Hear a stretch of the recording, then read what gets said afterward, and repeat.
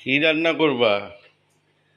বাজার থেকে তো মাছ আনো নাই, কি করবো? কাঁঠাল বিচি খাবো, মিষ্টি কুমড়া খাবো, আম আনছো, কলা আনছো, এগুলোই খাবো আর কি। এটা ভালোই করছো মাছ না এনে।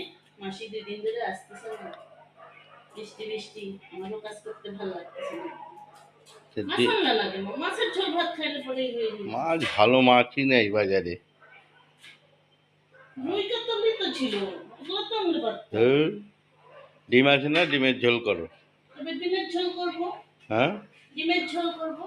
ঠিক আছে। আর মিষ্টি কুমড়ার চচ্চড়ি করবো, কাঁঠাল বিচি দিয়ে, আলু আলু দিয়ে হবে তো? হ্যাঁ খাইতে পারবো তো? হ্যাঁ ঠিক আছে, তবে এটাই চলুক আজকে, তাই না? হ্যাঁ।